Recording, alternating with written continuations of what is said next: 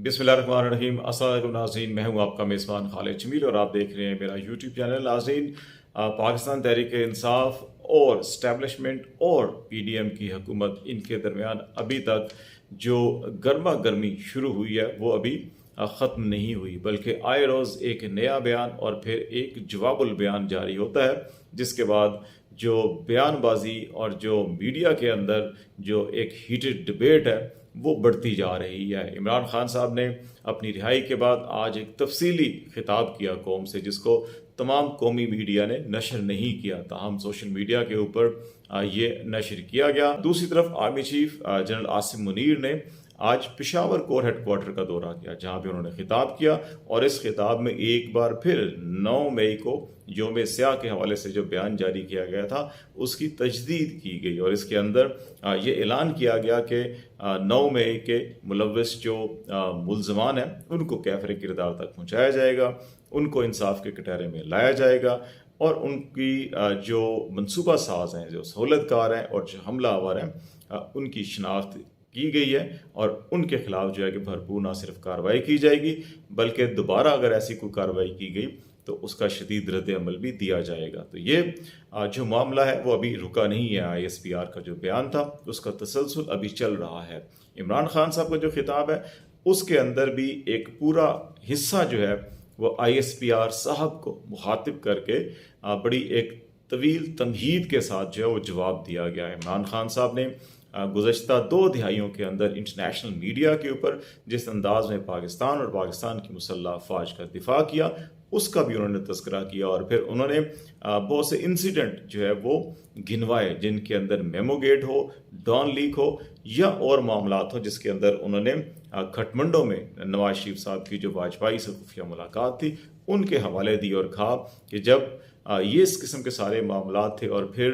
जब पाकिस्तान को बदनाम किया जा रहा था दुनिया भर के अंदर, जो दहशतगर्दी के खिलाफ एक आलमी जंग थी अफगानिस्तान में, उसमें जब पाकिस्तान एक तरफ उस दहशतगर्दी की जंग में इत्तेहादी अफवाज का हिस्सा बना हुआ था और दूसरी तरफ वही इत्तेहादी ममालिक पाकिस्तान और पाकिस्तान की अफवाज के ऊपर डबल स्टैंडर्ड के इल्ज़ाम आयद कर रहे थे, उस वक़्त भी इमरान खान ने इंटरनेशनल मीडिया के ऊपर बकौल उनके अफवाज पाकिस्तान और पाकिस्तान का दिफा किया था। जब पाकिस्तान की वो सियासी क़यादतें, वो सियासी रहनुमा जो इस वक्त हुकूमत में है, वो कभी तो मेमोगेट के आड़ के अंदर, कभी डॉन लीग के आड़ के अंदर और कभी खटमंडों में खुफिया मुलाकातों की आड़ में जो है वो अफवाज पाकिस्तान के खिलाफ ना सिर्फ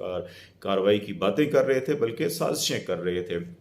इसी तरह उन्होंने उसामा बिन लादेन की एबटाबाद पाकिस्तान मिलिट्री एकेडमी काकूल के करीब से जो उनकी जो बरामदगी और वहाँ पर जो अमेरिकन ने अटैक किया और उनको यहाँ पर जो है कि वो मारा था, उस तनाजुर के अंदर भी बातचीत की कि उसमें भी पाकिस्तान को मूरद इल्ज़ाम ठहराया जा रहा था और बिलखसूस पाकिस्तान की मुसल्लह अफवाज को मूरद इल्ज़ाम ठहराया जा रहा था और उस वक़्त भी पाकिस्तान की जो हुकूमत थी, सियासी क़यादत थी, वो इस पर लबकुशाई नहीं कर रही थी, बल्कि इंटरनेशनल मीडिया के अंदर प्रेसिडेंट आसिफ ज़रदारी ने जिस अंदाज के अंदर कॉलम लिखवाया वो भी सबके सामने है। उस वक़्त भी इमरान खान के बकौल उन्होंने अफवाज पाकिस्तान का दिफा किया। तो इस सारी तमहीद के साथ उन्होंने ISPR के जो तर्जमान हैं उनको मुखातिब करते हुए बहुत सारी ऐसी बातें की जो आज तक पाकिस्तान के अंदर इस तरह से पब्लिकली नहीं की गई। बिल्कुल ऐसे ही जैसे ISPR ने गुज़श्ता 2-3 जो बयान जारी किए हैं पाकिस्तान की तारीख में, इस किस्म के ख़ास तौर के ऊपर जमहूरी अदवार के अंदर इस किस्म के बयान जारी नहीं किए जाते थे। माशाल्लाह दौर के अंदर तो ISPR के तर्जमान जो है कि पोलिटिकल इशूज़ के ऊपर भी बात करते रहते हैं, क्योंकि माशाल्लाह के अंदर चीफ एग्जीक्यूटिव या प्रेसिडेंट जो है या चीफ मार्शल एडमिनिस्ट्रेटर जो निज़ाम मुमलिकत, निज़ाम हुकूमत है, वो फ़ौज पाकिस्तान के हाथ में ही होता है। तो इसलिए वो समझ में आता था, लेकिन इस वक्त जो हालात हैं उनको अभी ये नज़र आ रहा है कि दोनों तीनों अतराफ़ में कोई इसको कूल डाउन करने के लिए तैयार नहीं है और ख़ास तौर पे ऐसे मौके के ऊपर जब 14 मई की तारीख सर पे आ चुकी है, एक दिन बाकी है, उसके बाद पंजाब के अंदर अदालती फ़ैसले और आईन पाकिस्तान के मुताबिक इंतखाबात होने हैं। इंतखाबात नहीं होते तो क्या वो सूरत हाल जो 9 अप्रैल 2022 को हुई थी, जब सुप्रीम कोर्ट ऑफ पाकिस्तान ने अदम एतमाद पर वोटिंग के हवाले से फैसला दिया, वक्त, दिन, तारीख हर चीज़ मुकर्रर की, और जब रात के 12 बजने वाले थे और वोटिंग नहीं हो रही थी तो हमने देखा इस्लामाबाद हाई कोर्ट खुली, सुप्रीम कोर्ट ऑफ पाकिस्तान खुली। इसके अलावा शारा दस्तूर के ऊपर और पार्लियामेंट हाउस के बाहर जो है वो प्रिजनर वैन भी आई, सिक्योरिटी फोर्सेस में हलचल भी मची। लेकिन उस वक्त फिर जब वोट रायशुमारी हो गई तो इमरान खान साहब डायरी उठाकर अपने घर चले गए। उन्होंने ना तो सुप्रीम कोर्ट पर हमला किया, ना उन्होंने कोई शारा दस्तूर के ऊपर धरना दिया, बल्कि उन्होंने बराह रास्त अवाम से रजू करने का फ़ैसला किया। वो अवाम में गए, उन्होंने खुल के बात की, सच्ची की, झूठी की, क्या बयानिया झूठा बनाया, सच्चा बयानिया बनाया, ये तारीख़ का हिस्सा है, तारीख़ खुद फ़ैसला करेगी। लेकिन उन्होंने आइन शिकनी या तसादुम की बजाय उन्होंने अवाम से रजू किया, क्योंकि जमहूरियत के अंदर अल्टीमेट जो सलूशन है वो अवाम होते हैं। अवामी वोट के ज़रिए अपनी हुकूमत, अपने हाकमियत का जो हक़ है वो किसी को अमानत के तौर के ऊपर सौंपते हैं, इसीलिए उन्होंने अवाम से रजू किया। लेकिन इस वक्त सेम सिचुएशन है। इस वक्त आईन पाकिस्तान कहता है कि अगर कोई असम्बली तहलील होगी तो 90 दिन के अंदर इलेक्शन होगा, और अगर 90 दिन के अंदर इलेक्शन नहीं होगा तो फिर आइन शिकनी होगी। सुप्रीम कोर्ट ऑफ पाकिस्तान ने फैसला दिया, उन्होंने भी यही कहा। लाहौर हाई कोर्ट ने फैसला दिया, उन्होंने भी यही कहा कि 90 दिन के अंदर इलेक्शन होने चाहिए। लेकिन इस वक्त PDM की हुकूमत, PDM की जमातें इस वक्त खुल के सुप्रीम कोर्ट ऑफ पाकिस्तान के खिलाफ खड़े हो चुके हैं। 15 मई से इलेक्शन कमीशन ऑफ पाकिस्तान ने जो सुप्रीम कोर्ट ऑफ पाकिस्तान का फैसला था कि 14 मई को इलेक्शन होना है, उसके खिलाफ नज़रसानी की जो दरख्वास्त दायर की थी उसकी समाअत शुरू होने जा रही है। एक ऐसे वक्त पे जब इन इलेक्शन से मुतल्लिक, और अगर ये इलेक्शन नहीं होते और इनकी ये समाअत, इनकी जो पिटिशन है वो मुस्तरद होती है, तो फिर उसके बाद लामहला तो इन्हें अदालत और आइन शिकनी की कार्रवाई शुरू हो सकती है। ऐसे वक्त पे कि जब ये मामला सुप्रीम कोर्ट ऑफ पाकिस्तान में शुरू हो सकता है, उस वक्त पर PDM की जमातों की तरफ से इस्लामाबाद के अंदर शारा दस्तूर पे सुप्रीम कोर्ट के बाहर धरने का ऐलान करना बड़ा मानी खेज़ है। रजिस्ट्रार सुप्रीम कोर्ट ने इस्लामाबाद पुलिस और डिप्टी कमिश्नर और दीगर हुक्काम को आज तलब किया था, और इस सिलसिले में कि सुप्रीम कोर्ट के बाहर और रेड जोन की सिक्योरिटी के हवाले से जो प्लान है वो फराम किया जाए। डिप्टी कमिश्नर इस इजलास में आए, उन्होंने फराम किया, लेकिन इस्लामाबाद पुलिस के एहलकार या हुक्काम जो है इस इजलास के अंदर शरीक नहीं हुए। ताहम बाद में इस्लामाबाद पुलिस की जानिब से जो एक ट्वीट किया गया, उन्होंने कहा कि नहीं, इस्लामाबाद पुलिस के आला ज़िम्मेदार हुक्काम ने रजिस्ट्रार सुप्रीम कोर्ट से रब्ता किया है और उनको यकीन दहानी कराई है कि कानून की अमलदारी को यकीनी बनाया जाएगा। तो ऐसी सूरत हाल के अंदर सबसे अहम बात जो है कि वो इमरान खान साहब ने पाकिस्तान की मुसल्लह फ़ौज को और बिलखसूस ISPR साहब को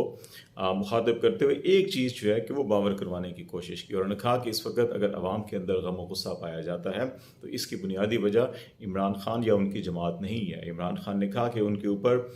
जो हमला हुआ वज़ीराबाद में, उसके बाद भी उनके कारकुनों ने किसी इदारे के ऊपर नहीं ना हमला किया, ना कोई ऐसी तोड़ फोड़ या जलाओ घेराव किया। लेकिन जब उनको जिस अंदाज के अंदर गिरफ़्तार किया गया और रेंजर्स को जिस अंदाज के अंदर इस्तेमाल किया गया, उसके बाद उन्होंने कुछ ऐसी वीडियोज़ जो है वो अपनी इस खिताब के दौरान सोशल मीडिया के ऊपर दिखाई, जिसमें उनका क्लेम है कि बाज़ ऐसे जो हसास इदारे हैं उनके ट्रकों के अंदर सादा कपड़ों के अंदर अफराद को लाया गया। उनका कहना है कि ये नामालूम अफराद जो हैं शरपसंदी को इन्होंने हवा दी। PTI के कारकुनों ने आज तक कभी भी इदारों के ऊपर हमले नहीं किए, और बिलखसूस जो सिक्योरिटी इदारे हैं या हसास इदारे हैं या अस्करी इदारे हैं, इनके बारे में कभी ऐसा नहीं किया गया। और उस वक़्त भी जब इमरान खान ने वज़ीराबाद हमले के बाद सर्विंग मेजर जनरल का नाम और उनके ओहदा का जिक्र करके कहा कि वो उनके कातलाना हमले में मुलव्वस है, उस वक़्त भी PTI के कारकुनों ने अस्करी इदारों के ऊपर हमले नहीं किए, तो अब वो क्यों करेंगे? ये साजिशी अनासर हैं जो इस वक्त पाकिस्तान के अंदर इंतशार और इलेक्शन से फ़रार चाहते हैं। ये बुनियादी मकसद उनका है। फिर एक और मामला जो बड़ा अहम है वो 9, 10 और 11 तारीख पे इमरान खान के ख़िलाफ़ मुकदमात का मामला है, जो बड़े संगीन तरीन दहशतगर्दी के मुकदमात हैं। पाकिस्तान के जो कवानीन है और कॉन्स्टिट्यूशन ऑफ पाकिस्तान है वो इस बात की गारंटी देता है कि अगर कोई शख्स, कोई मुलजिम या कोई शख्स जो है वो अगर कस्टडी में हो, पुलिस कस्टडी में हो, तो उसके ख़िलाफ़ उस कस्टडी के दौरानिए के दौरान होने वाले कोई भी जराइम जो हैं उसकी एआनत जुर्म या जुर्म की नोयत के हवाले से उस पर मुकदमा दर्ज नहीं होता, क्योंकि पुलिस कस्टडी का मतलब यह है कि वहाँ बैठ कर ना वो कोई प्लानिंग कर सकता है, ना वो कम्युनिकेशन कर सकता है। अब इमरान खान साहब 9 से 10 तारीख तक जो है कि पुलिस कस्टडी में थे। 10 से 11 तारीख को फिर वो सुप्रीम कोर्ट ऑफ पाकिस्तान की कस्टडी में थे और उसके बाद फिर उनकी जो है कि वो ज़मानत होती है और फिर वो लाहौर जाते हैं। तो इसलिए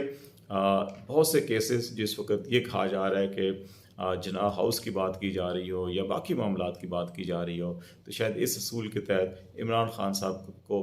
इन केसेस के अंदर भी रिलीफ मिल जाएगा। और फिर इस वक्त जो पीडीएम की हुकूमत एक मखसूस बयानिया बनाने की कोशिश कर रही है कि इमरान खान लाडले हैं, उनको अदालतें सहूलतकारी का काम कर रही हैं और रिलीफ फराम कर रही हैं, ये बयानिया उनको